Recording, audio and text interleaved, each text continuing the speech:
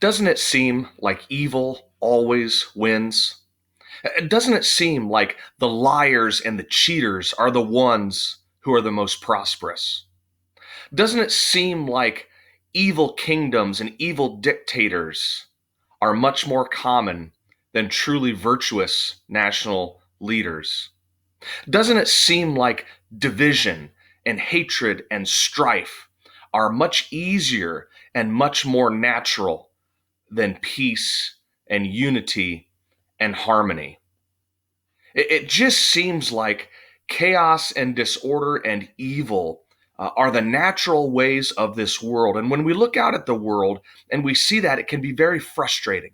And it can be very frustrating when we see that evil seems to win the day. Well, when we feel that way, Psalm 37 is a psalm for us. Psalm 37 has two major themes. The first major theme is this: trust in the Lord. Trust in the Lord at all times and follow his way. The second theme is related to the first. And the second theme is the destiny of those who do not trust the Lord, the destiny of the evil, the destiny of the wicked is that they will ultimately be cut off and lose all of their prosperity. Today, I'd like to read the beginning and the end of Psalm 37, just to give you a taste of what it's all about. Admittedly, in between the beginning and the end, Psalm 37 kind of meanders. It wanders around these two themes. It comes in and out of them. There's not necessarily a perfectly logical sequence.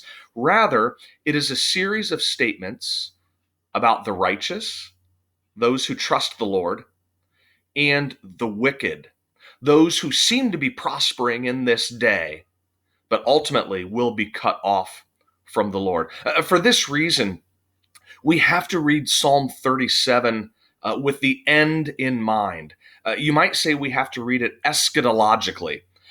Rather, what we see in Psalm 37 are comments about the future. These comments that the wicked will be cut off. The reality is that's not happening a lot right now. The reality is the evil and the wicked are having their way. So when Psalm 37 says they will be cut off and the righteous will inherit the land, that's not a promise for the immediate moment. Rather, it's looking forward.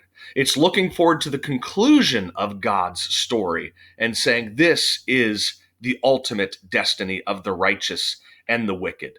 Well, the first few verses of Psalm 37. Do not fret because of evil men. That word is great. Do not become angry. Don't let it consume you. Don't go crazy over this idea of the evil around you. Do not fret because of evil men or be envious of those who do wrong. Why? For like the grass, they will soon wither. Like green plants, they will soon die away.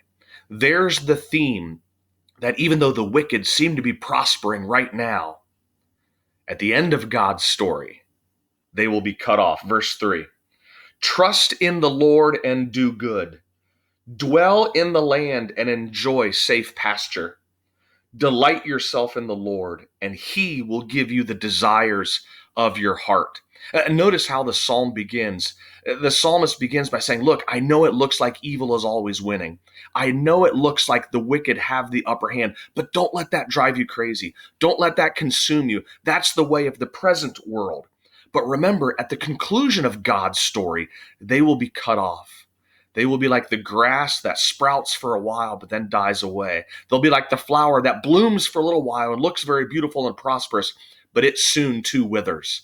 The call then is to trust the Lord. The call then is to follow the Lord. And verse 4 is a very popular verse that could easily be misinterpreted. It says, delight yourself in the Lord, and he will give you the desires of your heart. Very often we emphasize the second aspect of that verse, where the Lord will give us the desires of our heart. And we assume that if we just ask God, he'll give us whatever we want. But we can't forget the first part of that verse. Delight yourselves in the Lord. It's like saying this: when our desires become God's desires, then all of our desires will be fulfilled because God's way will always be victorious and completed. Now, let me move to the end of the psalm, beginning in verse 35.